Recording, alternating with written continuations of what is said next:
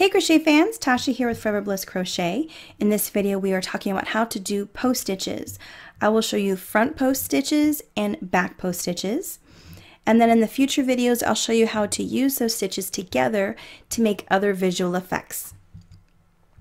So in this sample I have started with double crochet, and that's often what you are going to be using with post stitches, but you can really use post stitches with any type of stitch. Now, single crochet is so short that it's pretty difficult to do that, but half double, double, treble, almost any other kind of stitch you can use post stitches with. So like I said, most common is double crochet, so that's what I have here as a sample. And I'm going to start off with the front post double crochet stitch. Now I already have my chain 3 made, and in this sample I am going to use the turning chain as a stitch substitute to take the place of the very first stitch. So I'm going to work on this second stitch. Now the way post stitches work is instead of going into the top of the stitch underneath that V, I'm actually going to go around the post of this stitch. What you might think of as the body of the stitch. So instead of the top, we're going around the body of it. So I'm going to yarn over, working in the front. Where we're looking at the front, we're going to the back and around so that the hook goes around the post.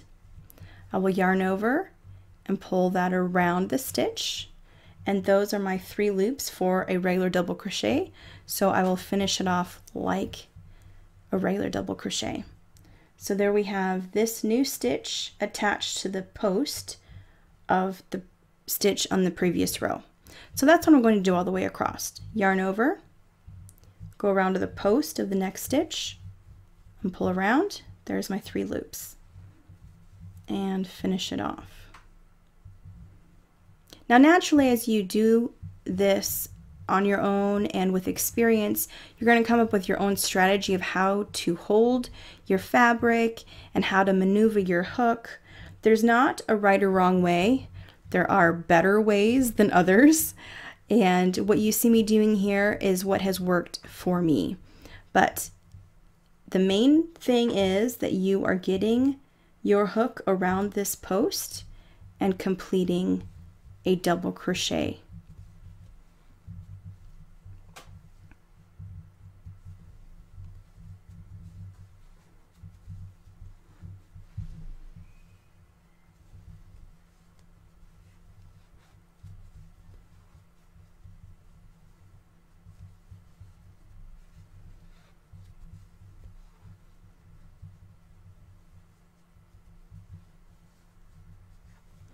As I get to the end here, and my last stitch is going to be working in the top of the turning chain, the 3 chains that I skipped when I made my very first double crochet on my first row, that is the turning chain of that row.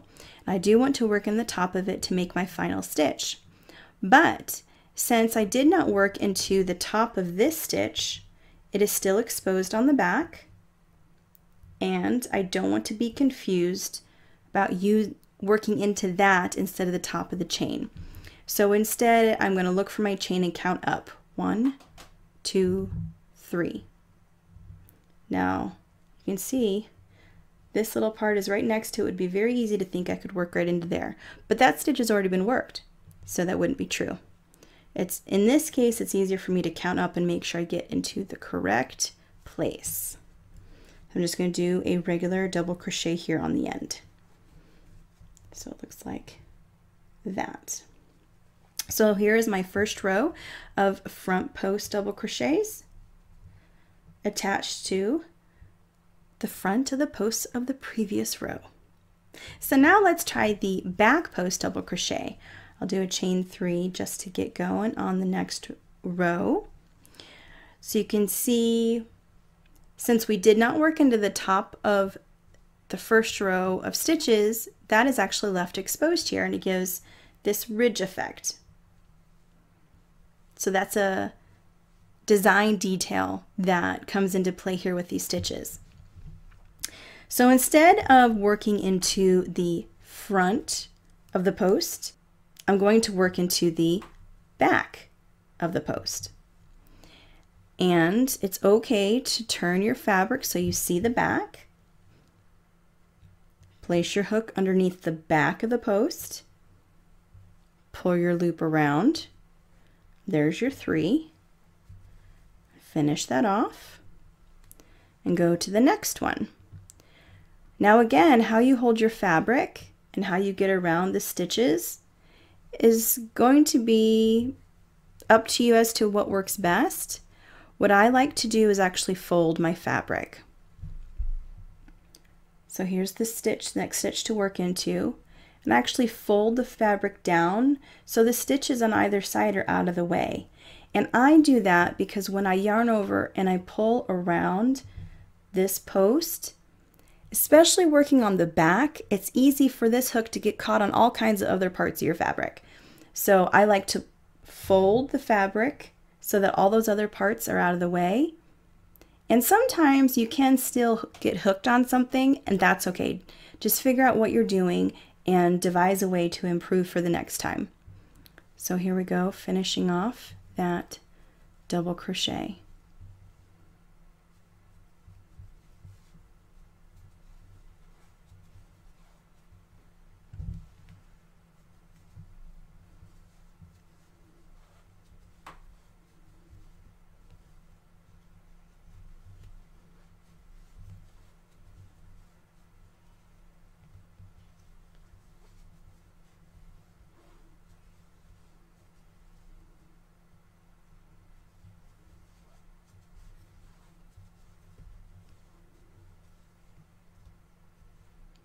Here's the last one of the row before we do a regular double crochet to finish off.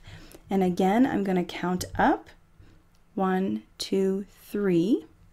So I get my hook into the right place. All right, sorry, I was having a hard time actually getting it all the way through. Okay, so here we have the back row of the back post double crochet. And again, we leave this ridge exposed of not having worked into the top V's of each of those stitches. So fabric that is one side front post stitches and the back side back post stitches is going to have this effect where it has all these ridges and it has all these vertical rows. So by combining these two types of stitches, we are in the next couple of videos are going to talk about the basket weave stitch and the cable stitches. So be on the lookout for those videos coming up.